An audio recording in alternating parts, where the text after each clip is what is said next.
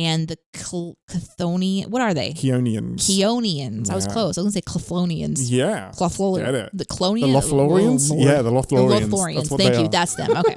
Oh, no.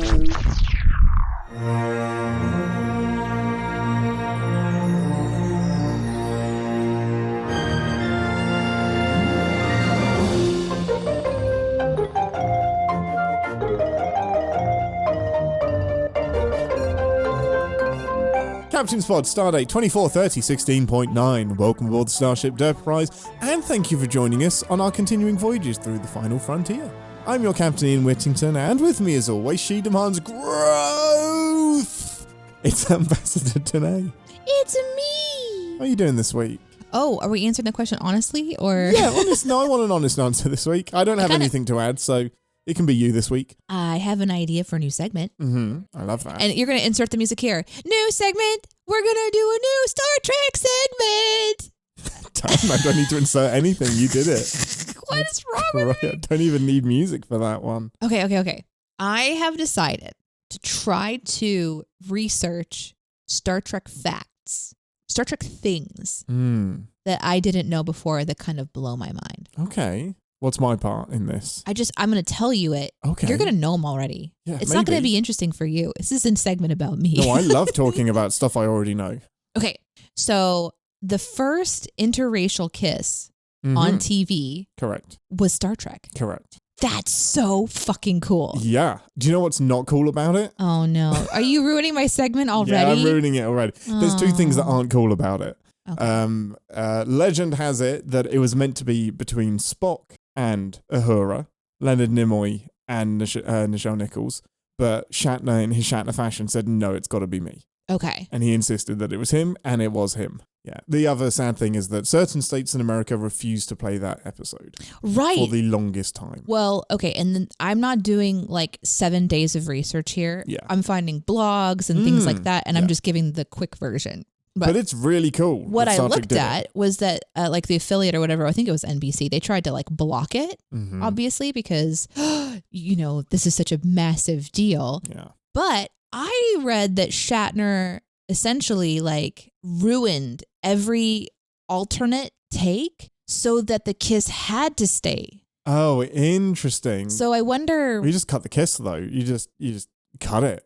He ruined every other take is what I read. Or just remove that bit of the episode. Like, I think there's ways they could have just cut it out. I don't know how you ruin enough of it to make it uncuttable. Yeah, I'm very curious about what that means. Maybe he did, because they just didn't show the episode. I don't think they cut the kiss out. I think they just straight up didn't show the episode. Let's see. The network insisted on filming versions without a kiss, and that William Shatner and Nichelle Nichols intentionally made the non-kiss takes unusable, forcing the kiss to be aired as shot. I love that. That's amazing. That I can get on board with. That's perfect sabotage. Anyway, it made me happy, and maybe I can do this every week if I remember. I love that. Bring us a fact next week as well. You want me to? Yeah, absolutely. We'll keep it short and sweet. Yeah. Or if you have a crazy fact that you want to be covered, you think would blow my mind, you can send it to iananddeneé@gmail.com. Just put in the subject line, fact for Deneé. Also, thank you for all of your emails to Ian and Deneé@gmail.com. They have been received. We love them. I haven't ruined that email yet. We haven't had time to do an email section in a little while, but I have all of your messages, and we will at some point do some responding. All right, Ambassador, this week's episode is called Vox in Excelso. More Latin coming up. Any predictions for the 4th episode of Starfleet Academy? Vox Machina. What does that mean? A voice of the machine? Okay, so I know Vox Machina from Critical Role. Yeah. Right? So then if it's voice, and then what was the other one? In Excelso. Oh, In Excelso sounds like something I would sing when I was in choir. In Excelso. Well, it actually means, do you want to know what it means? Angelic and godly, a voice of an angel. A voice on high. Ah, there we go. Makes sense. A voice on high. Oh boy, here we go. Is this when the choir, the official school choir, started? The Doctor's Choir? Yeah. The entire episode. Yeah, the entire episode is an opera led by our Doctor. Yeah. One of the emails we received last week was how uncanny your predictions were in the introduction of the show. just how much you nailed the episode. So no pressure for this week. I know. The odds of you doing it 2 weeks back to back aren't high, but pull it out of your brain. I believe in you. Yeah. So I feel kind of like, to me, I just like look at what the show is telegraphing. So I kind of feel like I cheat a little bit, but sometimes it's like, wow, that was a little bit freaky. You can do some stuff, but then you get pretty specific as well with like the gymnasium thing. They didn't telegraph the gymnasium thing, really. No, that's true.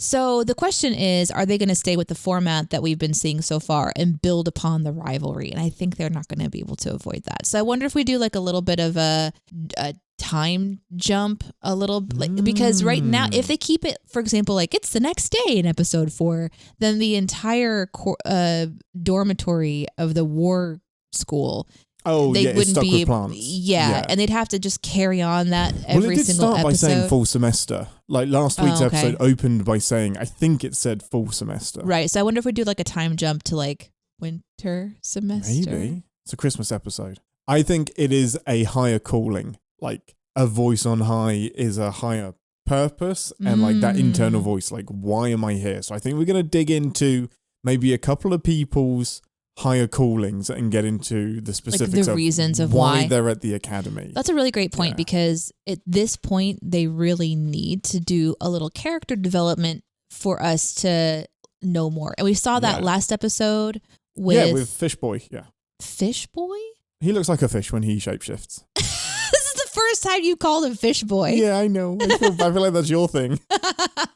I didn't think he looked like a fish. That's interesting. It was really cool. Like Flounder. Though. He looked like Flounder from The Little Mermaid. Flounder is so yellow. He was like blue Flounder, gray and blue ashen color. Yeah.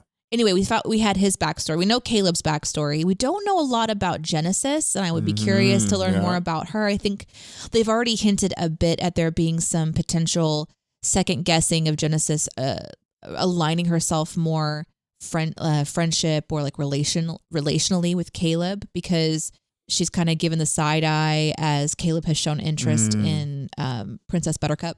So Tarina? Shit, I get her name wrong every week. I feel like backstory wise, we're really missing Genesis's like who she is, what drives her higher calling. So I really like the idea of it being something that's more based on the why of them being there. And also it goes along with the theme of the Academy from Captain Kitty's perspective, which is that we're here for a greater purpose. This isn't just a war council. This is training the future. So I wonder if like they're training, maybe as it gets more intense and things get like, they're academically challenged, they're challenged in their rivalry, that it produces their why, which is kind of what happens with all of us when we get in intense situations in our life. You have to kind of go, wait, why am I doing what I'm doing? If I have the choice to not do this, but I'm choosing to do this, what's my actual driving point? Yeah, or what's keeping me here? If I have to be here, what's my driving point? Like, what do I need to remember? Like, this is why I'm working really hard. Like Caleb, he's stuck there. He kind of has a different sort of a why. He has I'm stuck here and this is the best way to find my mum.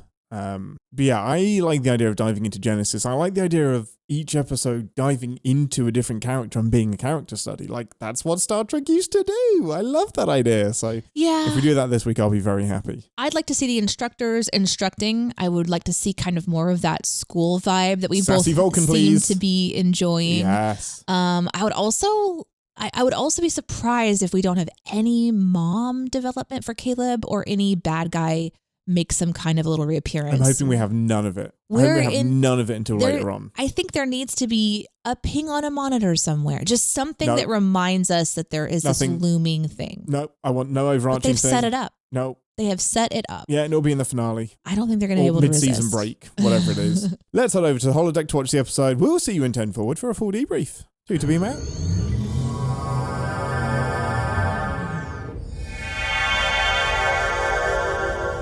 Welcome to 10 Forward, the part of the show where we grab something from the replicator and share our immediate thoughts and snacks on the floor as we talk about the episode that we just watched. Most important question first, Ambassador.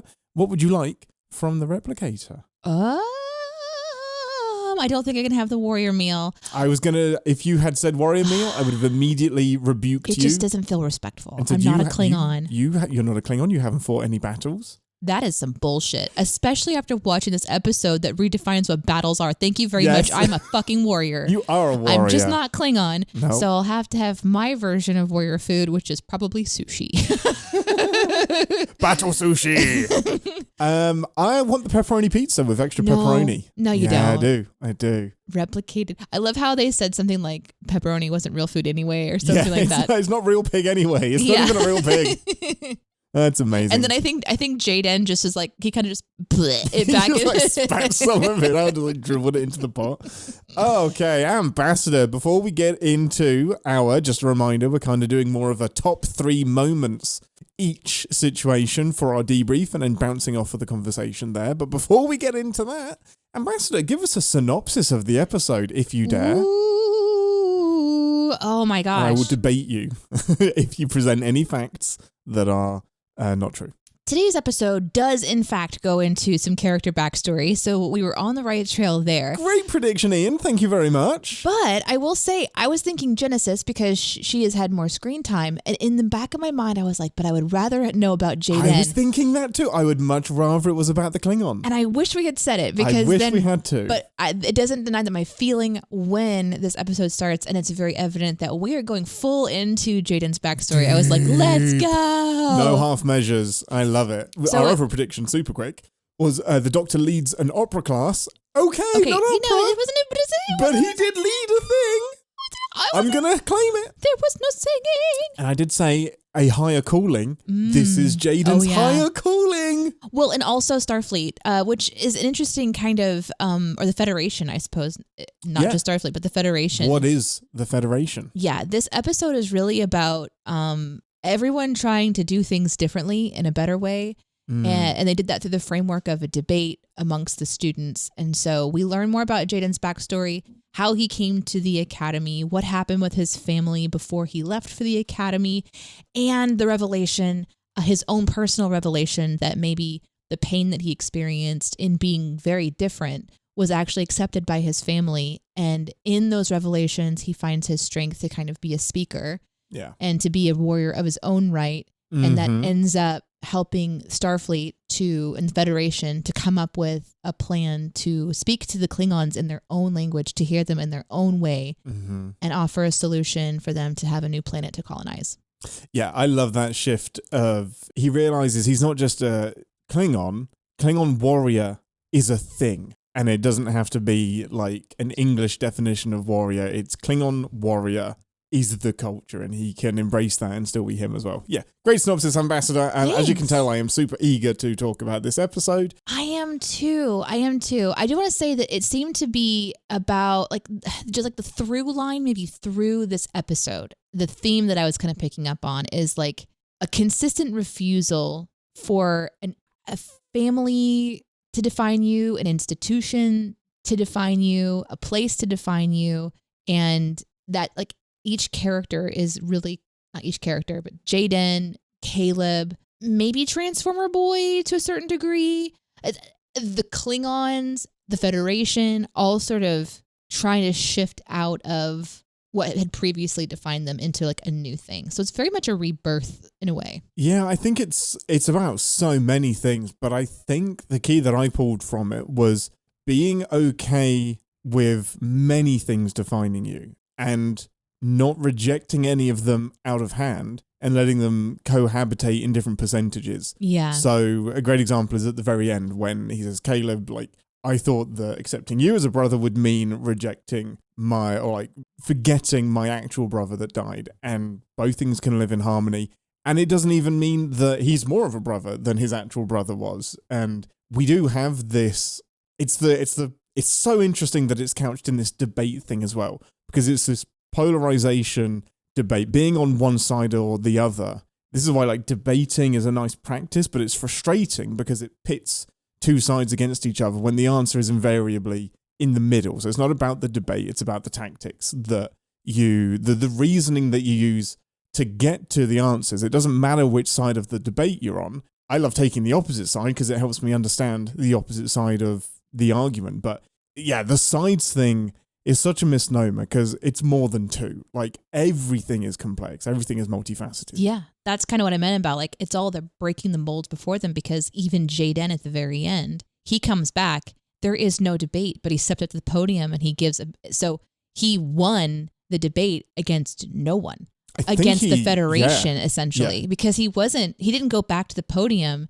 to go back against Caleb. No, because Caleb comes out with the trophy. Like, he wins overall. He has the trophy at the end. So Caleb actually won. But he transcended. He transcended, the debate. yeah. So it's like there's just this interesting and hopefully all very intentional examples of different people rejecting things. Even Captain Kitty herself rejecting that the Klingon erasure, like making sure that, hey, even though the Klingons are saying that they don't want our quote unquote handout, she refuses to let that be the last of it.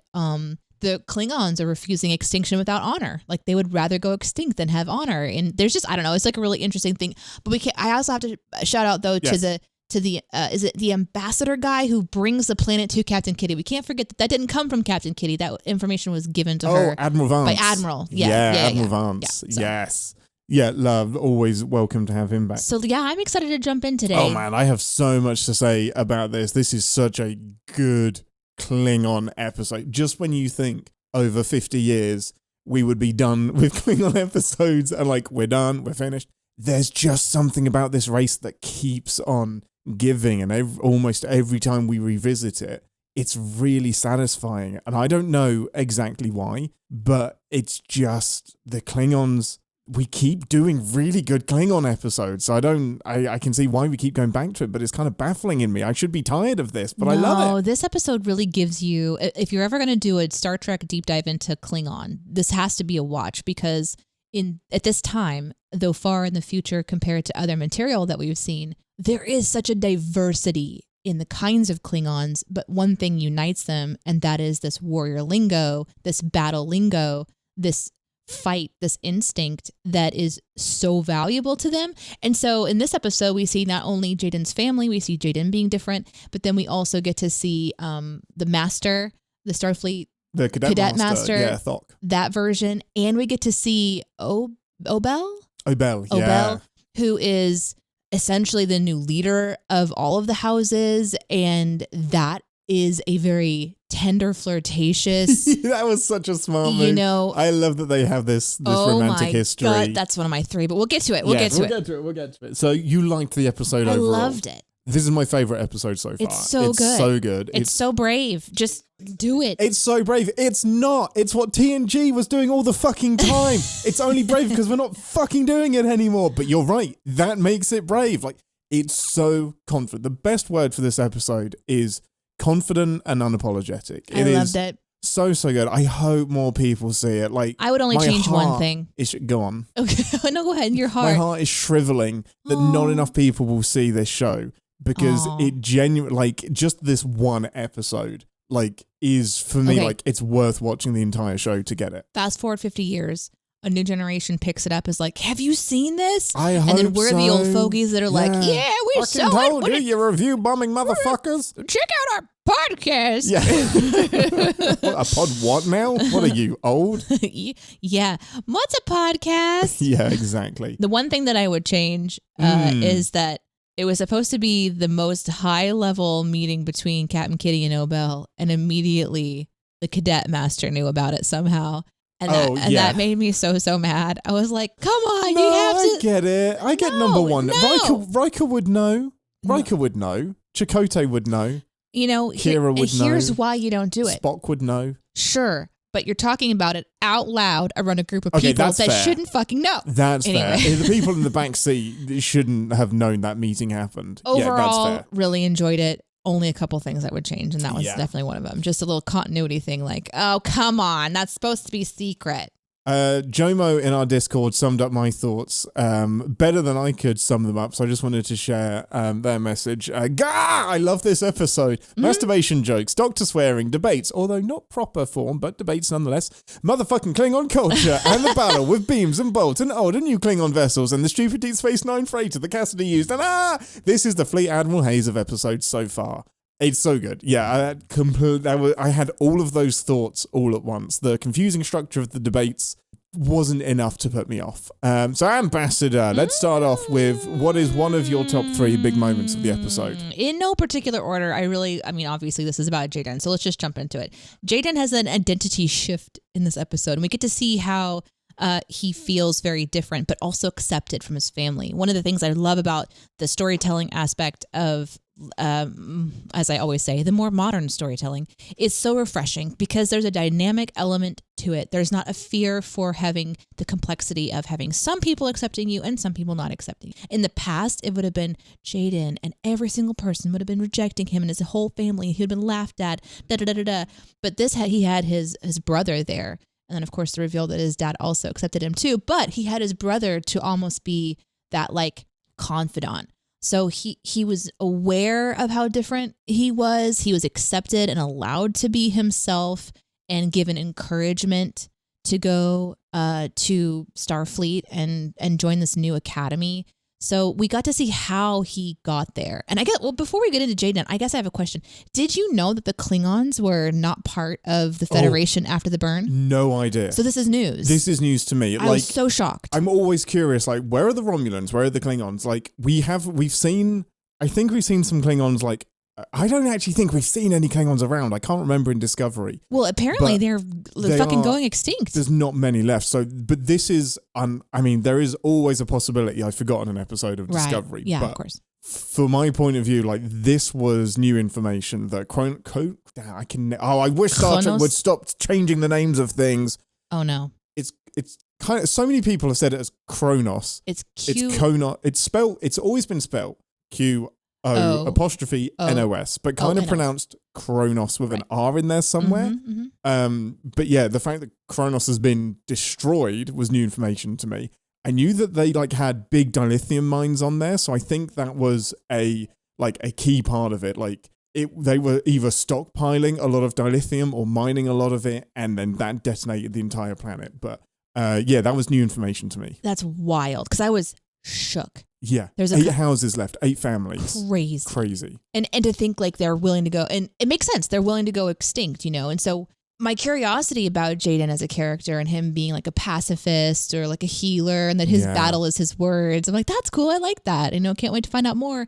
So to get into the history of it was really, really interesting. But the shift is that he's going from learning that he is a warrior of language, he's a warrior of the battlefield is language. His approach is able to be given a new platform, a new look at who he is as a Klingon, who he is in Starfleet through this episode. And it was really, really, really, really beautiful.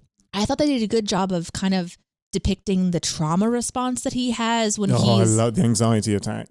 So intense, and that it doesn't necessarily go away. We get to see it really intense the first time when he steps up to the platform and he's having to face a fear because it's part of his school curriculum. He doesn't get to get around this one. He's sweating, he's cold, he's just dizzy, disassociate, he's just very out of the realm, and it ends up kind of triggering some insecurities I felt with his backstory, where the healer versus the warrior, because I feel like what the show is saying is when he's going into these fight or flights, he's got this Klingon instinct that's kicking in.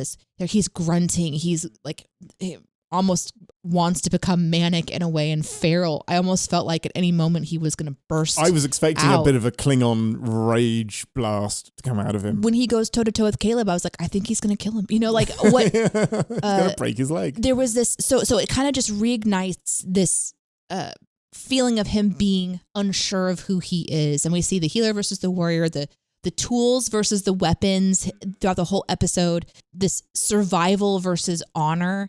And he's struggling all that through this schoolwork, but then it becomes real because the news about his family and the 8 houses hits. We're finding out for the first time that that's the kind of world building I love. We didn't need it. I'm just trying to work out why the Beta Z stuff kind of bugged me a little bit, but this feels more organic. This felt more organic, probably because it's an emergency that actually relates to one of our cadets. Right. So I think that there was nothing really relating Beta Z to the cadets specifically. Yeah. And I know that might be a little bit argumentative, but this felt like a really organic way to explore Jaden's backstory and give us more about where the galaxy is right now. Yes. The relationship that Jaden is having also with his new, quote unquote, like Starfleet brothers, Caleb, the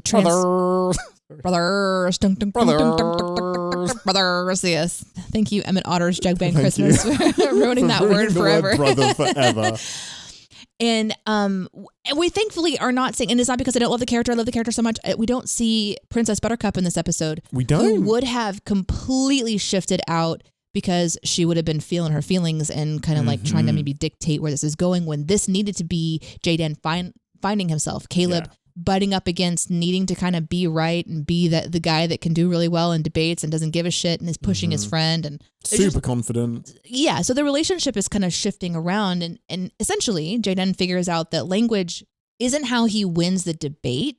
It's how he is surviving almost even his grief of losing his family. And then of course the shift with the master later on. The cadet master. Thok. Yeah. So the Klingon, it was really, really fun. Like it leads to the whole Klingon battle at the end, which is kind of a different thing. My point really is just that he's shifting. And I really liked his shift of finding out what kind of a warrior he is and accepting who he is. I love it. I'm almost amazed that they didn't like kind of trickle more of this in the first 3 episodes, knowing that this one was coming.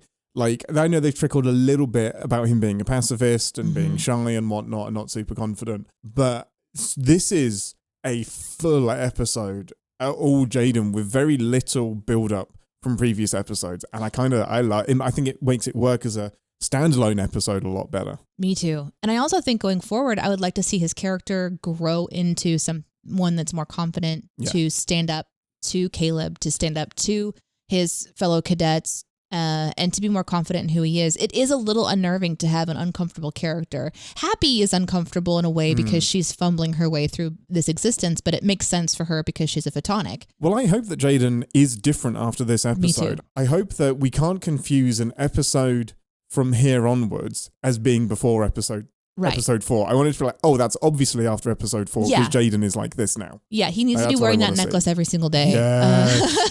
Oh my gosh. But yeah, that shift is huge. I mean, it obviously leads to some really great stuff later on, but that was essential, and it's something that makes me more comfortable with his character going forward. He found his voice, and I think you always meet someone out in life who's a little bit more uncomfortable with speaking or just the intensity emotions that you can kind of feel in that. So I related to him. I've always felt a little bit bad for him because he's kind of been like the dumb big Klingon that's sort of almost a little, not Worf, like not because Worf isn't dumb. Okay. He was underused. You said it. But he kind of had that vibe of like, hey, go talk to those guys and distract him. He's like, okay, you know. Yeah, Ensign, you go do it. That oaf sort of. Yeah. And so this Hodor. This gives him, no, not Hodor, but this gives him so much more depth. So much. It gives so much more understanding as to his hesitation to do so much of what we've been presented with so far. And it just makes sense that right now he's shining. So that's my number 1. That leads into, I'm just going to, even though it's going to be pretty similar, lead into my number 1, which is our initial stint on Krios Prime, which is 16 months ago, we got a flashback to Jaden and his family on this planet, with the purpose mainly of doing this hunt for his brother and his hunt as well, but it's mainly about his brother's hunt and transition into being a warrior. And I love that you mentioned it, but specifically his brother seeing him is so like comfortable and comforting. Like you said, it could just been the whole family doesn't understand me and I'm the black sheep and it's just I'm on the outskirts. But this kind of felt it could be like an analogy for a coming out story as well. And that story of how like a sibling may realize like, I know that you're gay and it doesn't matter. The parents may not understand, but that sibling being really supportive and knowing before you know. And Jaden said that as well. Like, you knew my heart before I knew my heart. Like, somehow you could see I wasn't a warrior in the sense of killing and hunting and doing battle. I was a different kind of warrior. And having that character it's it's just so fun. Like, I really, really enjoy having that confident character that in the face of his parents is supporting his younger brother and getting the Starfleet technology and saying, look, the Academy is probably the best place for you. Like, you yearn for knowledge, not for battle. And I'll support you in doing that however I can. And then tragedy hits and he dies. Trying to get that tech from his brother. Trying to get more Starfleet technology for him so he can use the dermal regenerator and start his medicine journey. I just think that was a beautiful just example of how life happens and just a really good tragedy. Klingon life happens. But there's similarities like that happens in human life as well. Yeah. About encouraging somebody like to be trans, for example, and doing that when the parents may not approve, but having a sibling that's really supportive of that. Like, there are so many different versions of transitions and accepting yourself. And that's why I love Star Trek, because making that about Klingons is much more comfortable than perhaps something that's a bit more close to home. Well, yeah, like we can understand why the Klingons would abandon their son for the honor of their house, because it gives Jaden what he wants and it gives them what they want. And Jaden doesn't see it as a gift until he has a revelation with the master. That is one of my, that's one of my other moments. But for real, like that makes sense for the Klingon culture. And that's something that this episode does so well. It really is like Klingons have this kind of language. It's about honor and tradition. And so we have to find our framework for working within that structure respectfully. And it is much easier to watch that through the lens of a Klingon than remember all of the people who have been literally abandoned by their parents because they're different. And so, yeah, this is a character that is, you always hope to have somebody on the inside who's your ally. I love too that the brother Thar, I can't remember. Thar. Was very, like, to see the Klingons be like joyful, like happy, but it was just such a nice thing to kind of, there was a genuine sort of like, ha ha ha, I've killed today. It's a good, I love their language so fucking much. Yes. I love how they talk. It's all centered around. Today is a good day to die. And it makes sense. And I love that there's that consistency, and the idea of Jaden is breaking that a bit, but also playing within that as well. It's great. Well, it's one of my favorite things that Star Trek does as well, is it creates a species with a set of rules and then very quickly introduces a person in that species that breaks those rules. Because guess what? There are no rules. Like, you've got to have a starting place, but it's always fun to find a character that bucks that trend as well. My next one is shifting out. Should we yeah. I mean, it's still about a Klingon a little bit. Yeah, okay. But it's about Obel. Obel? Yeah. So I need fan fiction. Yeah, you do. Get it. I was so excited. You want Captain Kitty purring on his lap. And I realize how scummy this sounds now that I'm saying it out loud, but I'm saying it out loud because I want to be brave for my podcast and I just want to say the things I'm thinking. This is a franchise where Beverly has sex with a ghost that lives in a candle. Of course, yes. Listen, watching these two flirt and be gentle and hint that like Captain Kitty couldn't handle him. And she's like, you couldn't handle me. Mm-hmm. And there's just this back and forth between the two of them. And the size difference. It was hysterical and great. Her getting completely drunk and throwing shit. She says kapla at the end. It's just, There's such a fun, like, tangible chemistry going on between these two in this room. I immediately, before there was a super obvious confidence that they had been in a relationship, I was like, I need fanfic. It's in my notes. I need these two. These two need to be, and I was like, they already were. We need a prequel series with Nala. Like, she's clearly lived a life. Like, we need her insane stories. And this is what the Admiral kind of hints at, that he has been reading her personal logs for 7 years. He's got the fan fiction. He's got it. He's reading the fan fiction. If she put it in there explicitly, he sure do. I think Lanthanites probably put some explicit details in there. Yeah. But anyway, it's great. It's so fun. But besides the chemistry and besides, all of that, there is the dilemma of choosing their paths of their careers over a relationship, because you kind of got the impression that they could have been super great together, but she chose her ship and he chose, I don't remember what it was that he said that he did. Well, I think it was like, it's basically settling on a house or something. Like, it's basically settling on a new planet, or like joining him on his house. Like, he won't leave his people. Right. He wouldn't leave his house and she wouldn't leave her ship. Them. Exactly. Yeah. And she won't leave Starfleet, essentially. But they have this like unresolved, respectful, sort of painful vibe. Like when you come across that person that you're like, I know we would have been good together.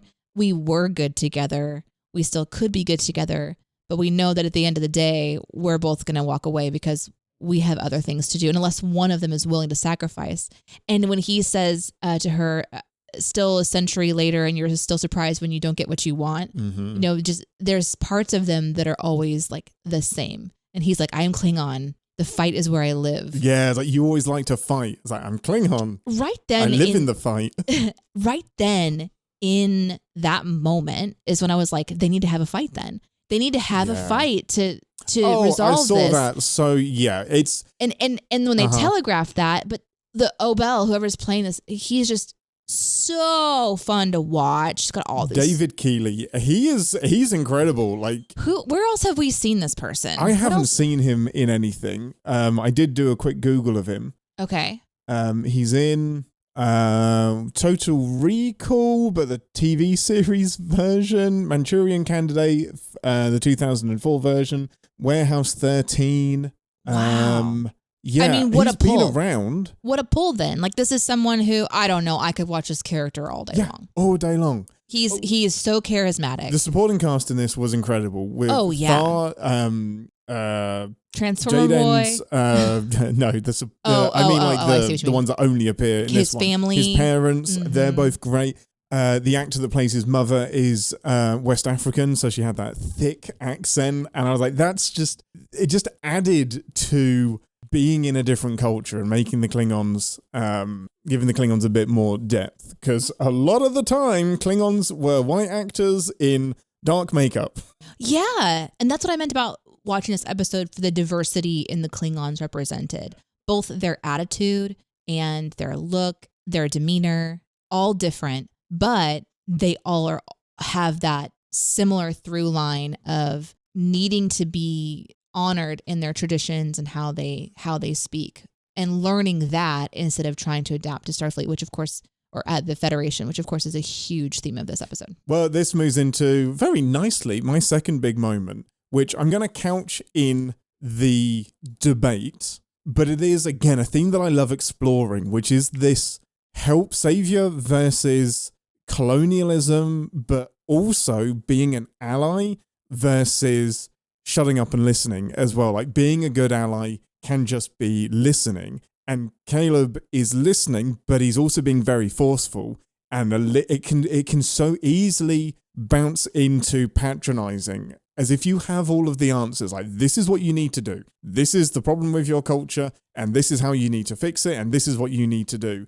And Jaden has to get to the point of saying, shut up. I actually do know what I need to do, or maybe I don't know what I need to do, but I do know that I don't need you to be telling me what I need to do, because you're not Klingon, and it is different. Like, it's so hard to give advice, for example, to somebody who's trans or somebody that's gay if I don't have anywhere close to that experience. Right. You can spit the facts out like Caleb is able to do, and they're sort of continuing to show that he's a very dynamic character and that he's extremely skilled because he's been surviving for so long with a fast tongue. He knows how to make it work. He is surviving Starfleet Academy. He's not learning. And Jaden is learning. And there's a difference. Yeah, and Caleb hasn't got the practical application. Like, he's an interesting balance, because he's got the street smarts of literally being out on the streets of space, and he's got like the book knowledge because it benefited him to have all of that knowledge, and his mother gave him a lot of knowledge as well. But at the same time, he hasn't lived in a society. Like, he hasn't had to apply that in a functional way. He's just been applying it in a really survival-based way. But the other element that I really love with the debate is this argument about what is the Federation's purpose? Because the bottom line can be, we want to help you, but then it's help at what cost? Because asking the Klingons to accept handouts is like asking somebody who breathes oxygen to suddenly live in a carbon monoxide atmosphere. Like, it is that deep to them. Like, it is such a deep part of their culture that if they say goodbye to that, what are they saving? And you can bring it down to a basic equation of living as not Klingon is better than dying. And that's cool. Great argument. But then it's down to each individual Klingon to make that assessment as well. And it's just, I like that there aren't exactly answers in this episode as well. No. Like when they go into the debate and Jaden is like, it should be up to each Klingon to decide that for themselves. But functionally, how do you do that when you're offering them a planet?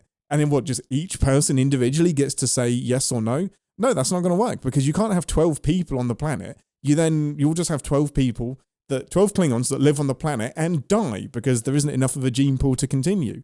So what's for the best of the people? And it doesn't try to answer that, but it does try to talk about what is the Federation's role, how far should it push, and also get off its high horse for a second and look at maybe an uncomfortable solution or something a bit more culturally sensitive as well. Like sit down and listen instead of just saying, take my aid and be grateful for it. Why are you so ungrateful?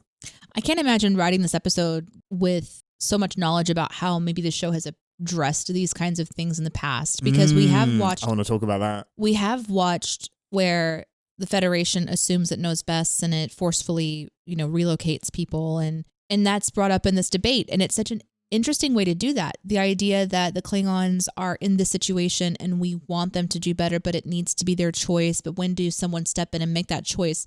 And to put Jaden as the voice for them having choice to die in their way because they need to make that choice themselves in their own way is so powerful. And to have Caleb arguing to do it, because Caleb's backstory is he would have never left his mom. Like he would have never left his family in his mind, because he was the one that was abandoned, but forcibly abandoned. And so to him, it's like when he is screaming at Jaden about like leaving his family and abandoning his family, that's just this raw thing that's coming out of him. Like you could save them, but you're choosing not to because of something that pride he basically feels is really ridiculous. But unless you understand the Klingons, with of course Jaden does, even though he's different, he does understand. It needs to be framed and still fit within their world. And so what a great solution at the end, which I'm sure we're going to be talking about in a moment. We will. But yeah, I think that the debate really, really pressed forward like how Star Trek, Starfleet, the Academy has approached making decisions for other alien races in a really interesting way in this episode. If there's one downside, and it's just might be me interpreting it too much, it's almost taking on too much. So there is this colonization versus maintaining culture, like accepting technology, but then what do you lose when you accept technology? And like this big picture, broad discussion about cultural identity. But then you drill down to the individual aspect of Jaden finding his personality within a culture when he's different. Like those are two huge topics. And I think the episode does actually do a good job of exploring both. But in my brain, really I'm dynamic. still muddled because there's so much. We're jumping from this big picture Klingon to little picture Jaden inside of being Klingon. Oh, not just that. Then we go to the cadet master, her perspective on Klingon, the dad perspective on Klingon, Obel's perspective, like everything. There's so much, but what unites it all is this honor code, this warrior code, this conquest that has to be honored. Like you can't, you can go in and make someone do something. It just, sit down and take your medicine. But there's a force to it. Yeah.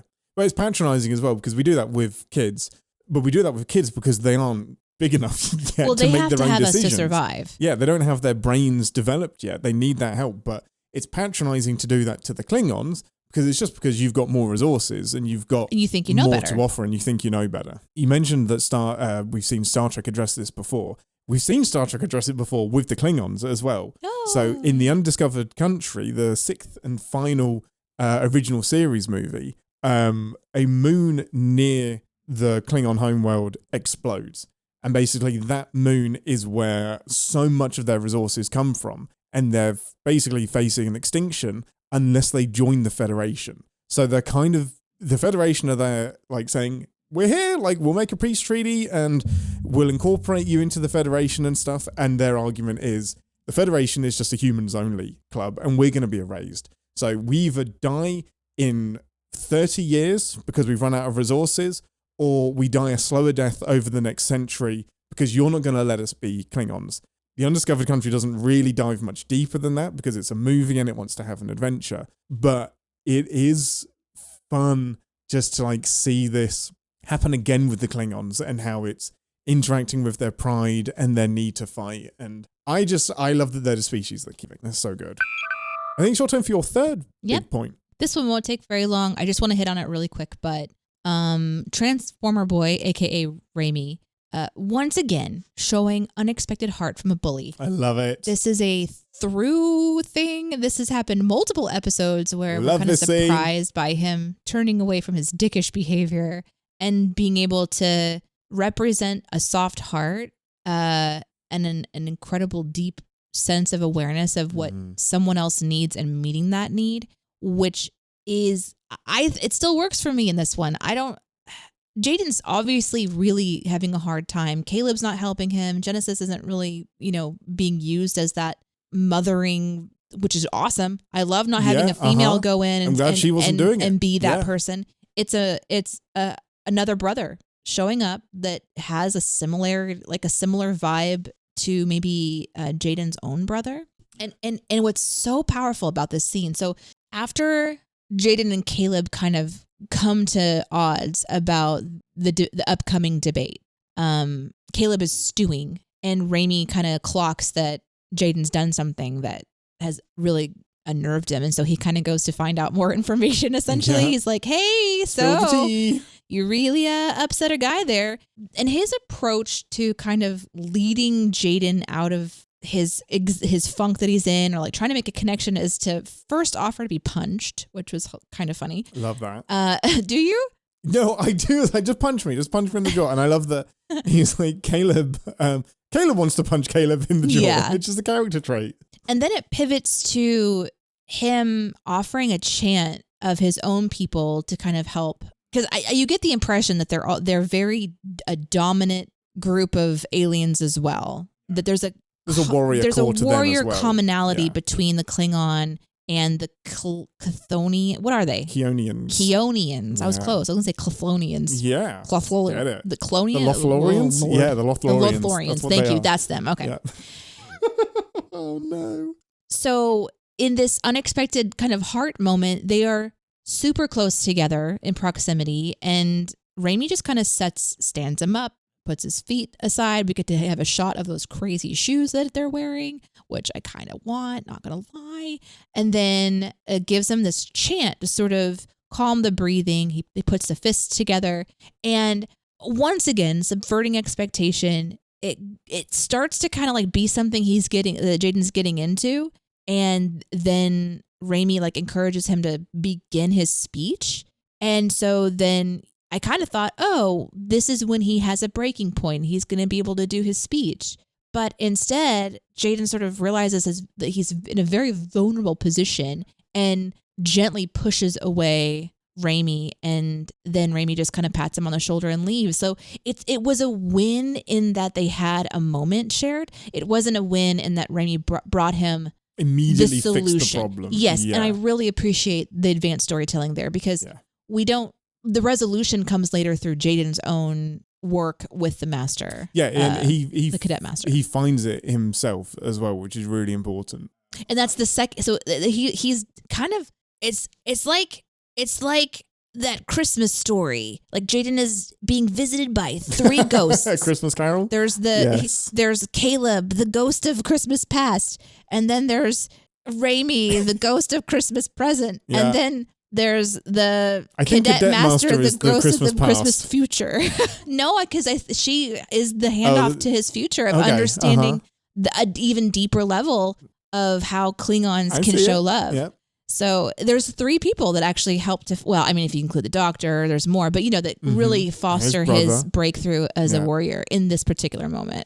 I love what I love about this scene, and it is my favorite scene of the episode. Oh yeah? Completely. Did I take one of yours? Oh, you're not to pick another one. No, you did. It's fine. I get to pick another one. Okay. It is the anti-toxic masculinity scene. Yes. Deliberately starting with the punch by saying, punch me, because that's what bros do, like punch me. Right. Hard shift into tender closeness, everything men don't want to do. Like, focus on your breathing, be vulnerable together, be close. You could mistake it for sexual tension, but I think it's just vulnerability. And it's vulnerability, and then that pushing him away, like, get distance from me, like, proximity, like, all things that men typically aren't good at doing with each other. Like, women tend to be very good at, like, hugging it out and having those really intimate conversations together. Stereotypically, it is so much harder for men to hug each other and do that and get close, and that can be a problem between sons and fathers as well, with this, nope, can't hug you, that's gay, can't do that.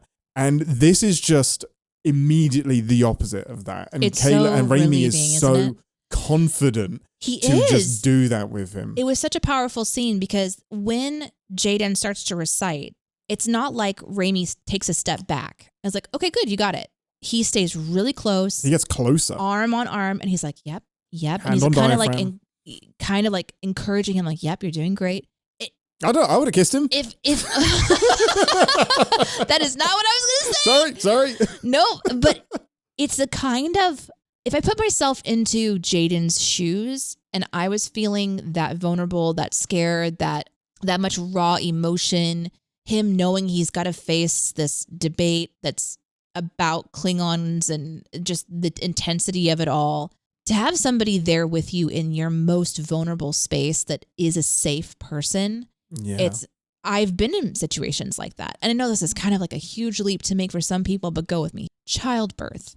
Mm-hmm. The most Trigger vulnerable, warning, everyone. The most vulnerable I have ever been. I am in a room with family and strangers, hooked up to machines, naked, with something about to burst out of me. I am in extreme pain. I have 3 days of labor where my body is doing things I've never felt it do before. I'm completely out of control, but I have to stay in control.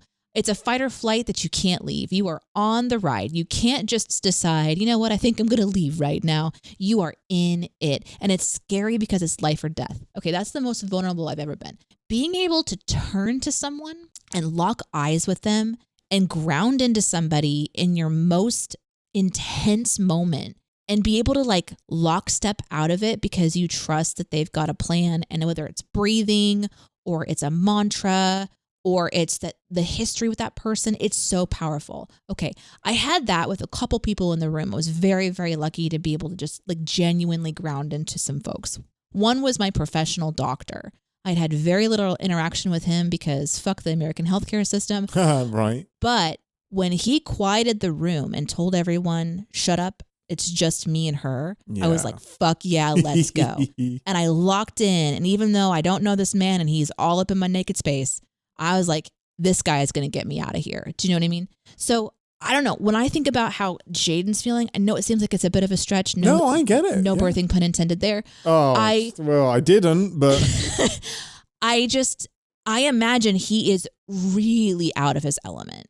So he kind of like closes his eyes and sort of goes away. And when he opens his eyes, he's not looking at his most favorite lockstep person. He's looking at someone that he still has some walls up with. Yeah. So it totally makes sense to me that he kind of pushed him away. Yeah. Kind of like I wanted to push away anyone else that came over to talk to me in my moment. No. I don't need you right now, but you can like, I didn't like push him away and get angry. And neither does Jaden. He's just kind of like a real quiet, real simple claiming thing. Some anyway, space. I said I was going to talk about it very long. That scene was incredible, though, for so many reasons. I love to see it between these two characters. I thought it was dynamic. I thought it was really smart on the part of the writers to make it to be these two characters, not just because we want to see our crew building rapport so that when we get towards the finale, whatever that looks like, we believe that they are all in lockstep together.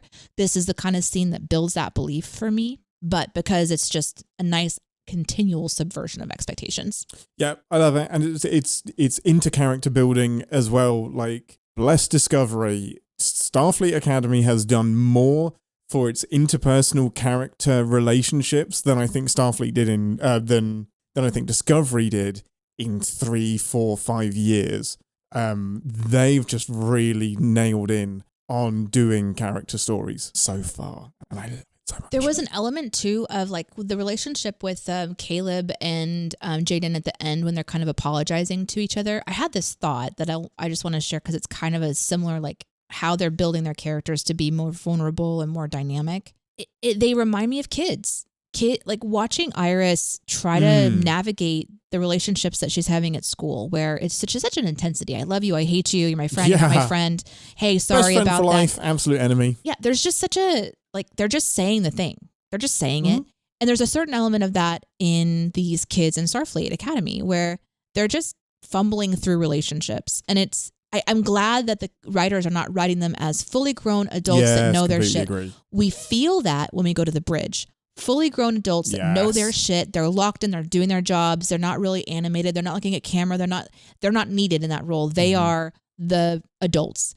Our show is about the kids. And so seeing all the emotion, it totally makes sense. Yeah. Even though it's annoying sometimes, it totally makes sense. It's less annoying. It's more annoying when it's adults. You're right. Yeah. It's more annoying when adults act that way. Yeah. You kind of get more of a pass when it's these young kids. Final point for me, although I could talk about this episode for so much longer. It is the Klingon solution. And I went on a roller coaster with this. Initially, I was like, I love it. And then I was like, this doesn't make sense. This is stupid. And now, I'm like, it makes absolute sense. It was perfect. And Go on. It all comes down to what Jaden says at the end of his debate. Klingon culture was born in myth. It was born out of Khaless, their equivalent of a Jesus, even though he didn't come from a god. I don't know anything about this. Oh, okay. So Khaless or Kalesh, whatever you want to say, both have been said. He is their Jesus figure. He is the ultimate warrior, this super Klingon. So in Klingon mythology, Klingons killed their own gods because they deemed the gods as being petty and just flippant with them. And so the myth is that Klingons rose up, killed the gods, and reclaimed their planet.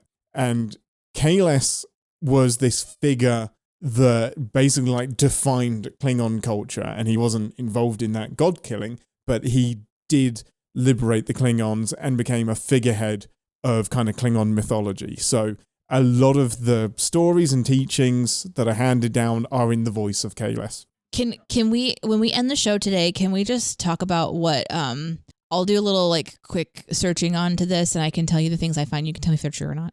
Yes. Okay, great. Okay. You can find that on our Patreon for our paid Patreon level, $3 a month. I'm so scared. So Khaless was an actual person. He did exist, but obviously the stories around him are exaggerated. But the point is... Like Napoleon? Nope. Not like Napoleon. I just thought of someone that could be it wasn't that great. We'll cut that one. Let's do a different one. I already gave the best example, Jesus. Like Xena? No, because Xena didn't exist.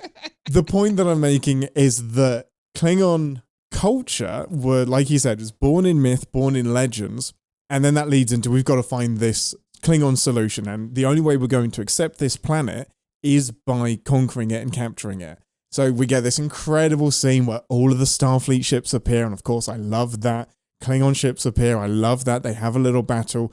And that's when in the moment, my head was like, this is so dumb. Every Klingon is like, that wasn't a real battle. What are you talking about? This is insulting. No one died.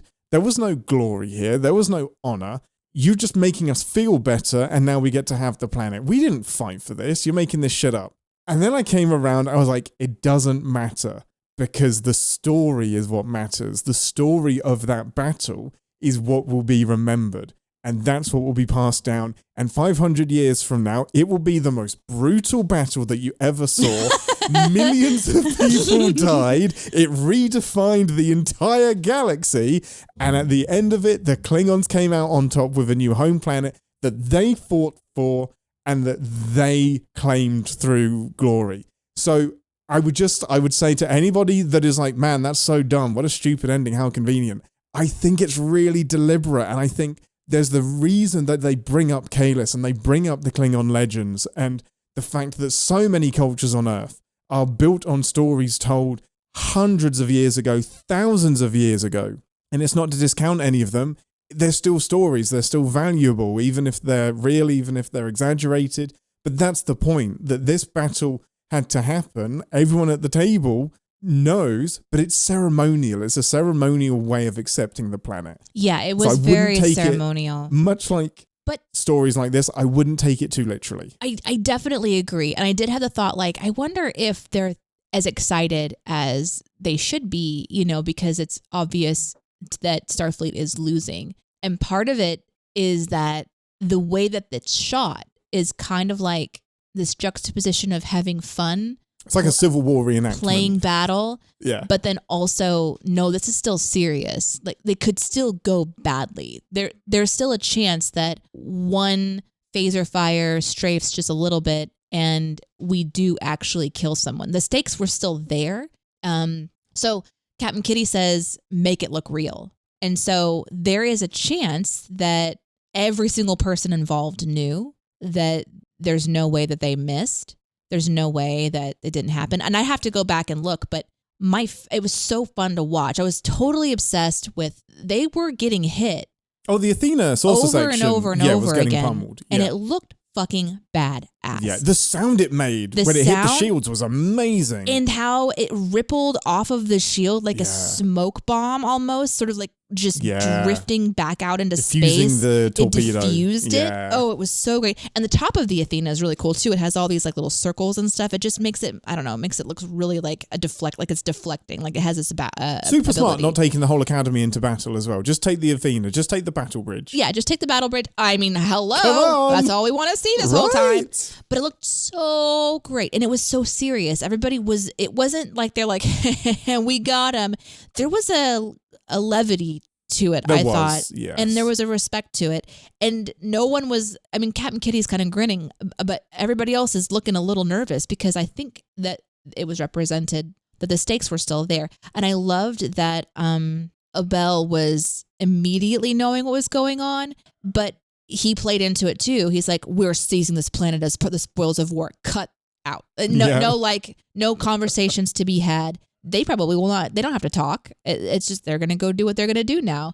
And it is like a formal exchange. It's a formal way of accepting what needs to be done. It's a tradition. It's a passing of the torch. And it's the Federation for the second time giving up something to another alien race that needs to be given as a sign of alliance, as a sign of sharing power.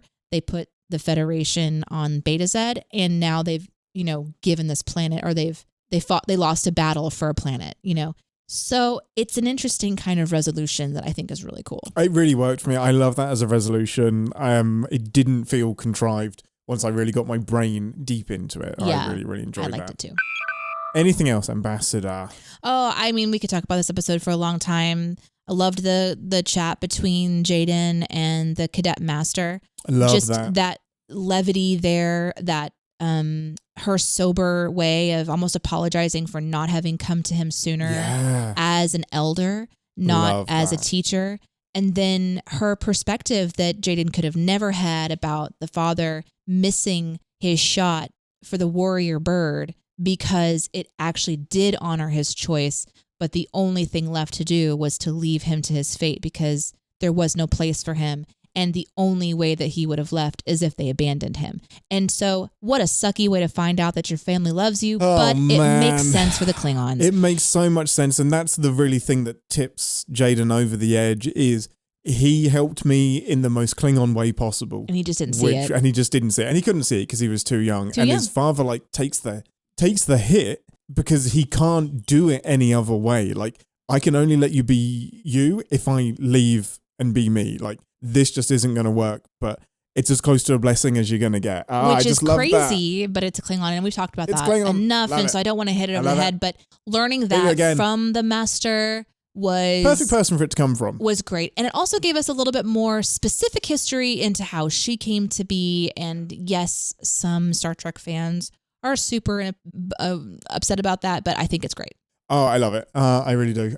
Couple just quick things that I'll shout out, which is that on Krios Prime, when Thar dies, they do a Klingon death scream. Yeah. Yes, let's go. Oh, that was intense. Nice touch. Good Klingon lore. That's what you do when somebody dies. You scream because it's warning the people of Sto-vo-kor that a warrior is coming to their gates. Oh, love that.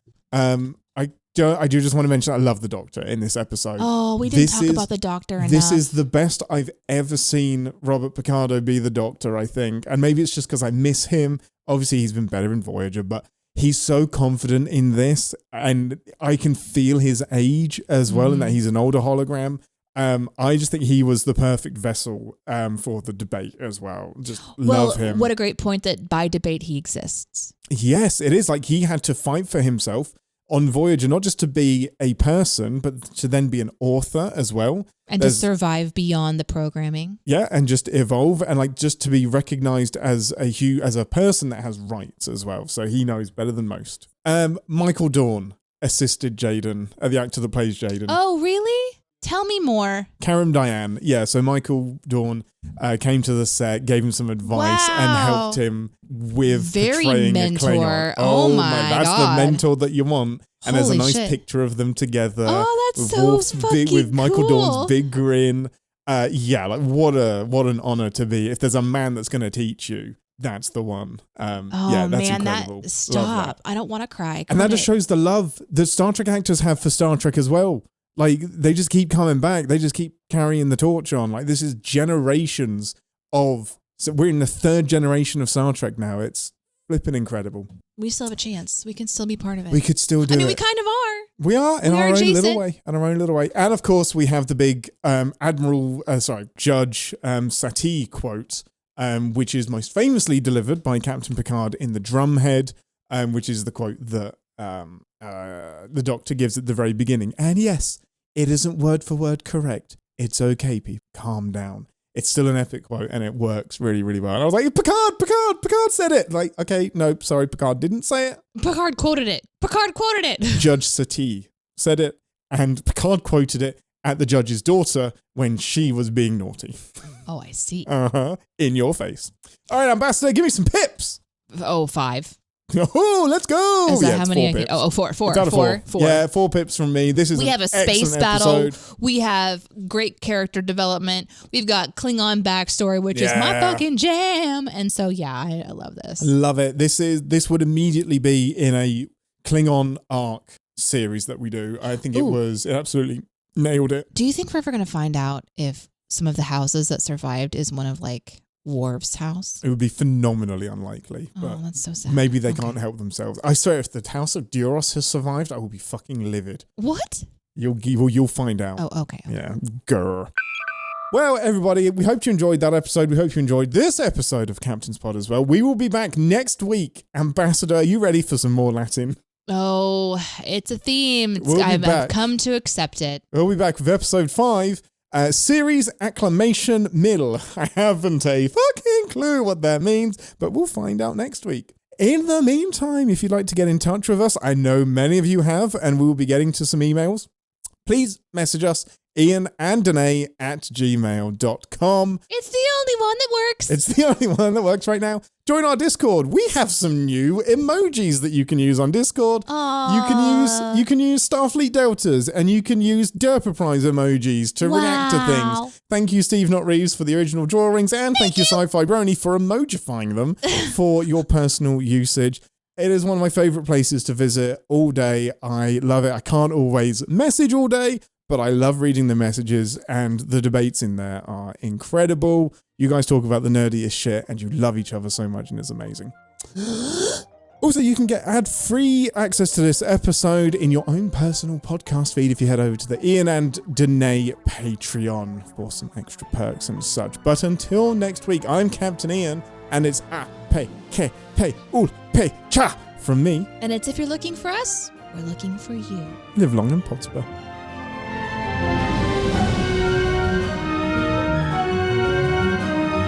Thanks for listening to this episode of Captain's Pod. If you'd like to get in touch with the podcast, you can send us an email to ian@iananddeneé.com. And if you want to support the show and get the episodes early, you can go to our Patreon. That's patreon.com/iananddeneé. If you want to catch the show live, we have those links down in the description for YouTube and Twitch. And then I think I'm supposed to close this hailing frequency, so bloop bloop, we're out.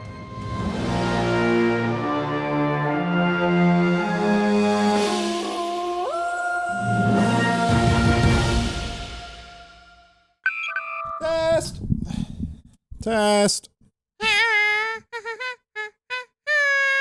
Nope, you're not coming for a bit more. Bit more? Hello? Bit more? Ian? Yes. What are you doing? That's fine. You sound good now. Yeah, I sound the exact same. So, this week's episode is cool. I don't know why I make the sounds that I do. I bet it's something Latin. I've completely lost it. Where did it go? I think you said it last week and it is Latin, right? No, it's definitely Latin. Oh man, there's one thing I wanted to say that I'm going to have to put in somewhere else. Oh my God, you have so much to say, babe. Yeah. The final, there's a little callback that I really love as well, which is Discovery starts with that zoom in on a Klingon talking to camera, and he's talking in Klingon, and then the last words he says are like they're insidious, they're an enemy, and they always come with the same phrase, "We come in peace." And that's like the slogan of the Federation and Starfleet, "We come in peace." And just this idea that Klingons see that as being insidious. So it's like, at least we come at you and say we're fighting. The Federation say we come in peace and then conquer you. Mm-hmm. At least you know you're being conquered when we do it. Mm-hmm. And I love that subtlety. I love that argument. Oh, so good. Can you tell the nice listeners the snack that we just had? My mouth is full. What did we just shovel into our faces before recording? Cookies? Do it in order. Do it in order. Don't ruin it. Okay, it started with steak eggs this morning with your homemade bread. I meant before the episode, before we're recording right now. Oh, okay. I did make homemade bread though. It's so good. It's so good. I'm a bread person. And if you don't know what steak eggs are, well, that's a whole other thing. Welcome to our podcast where we share our favorite recipes for how to have a quick, delicious snack, including opening up a container of imitation crab meat and just eating it out of the bag. It's so good. I love that imitation crab meat. It's so good. It has more flavor than actual crab. That's exactly right. And you know, it's just probably like cod. It's probably just another fish. I don't think it's one fish. I think it's like a mix of shit with a specific flavor. Yeah, it's a hot dog of seafood. Yeah, it's the hot dog. It's the hot fish dog. Alaska pollock. Oh, pollock's a nice fish. And it's minced into a paste. Yeah. It's washed a bunch of times. Yeah.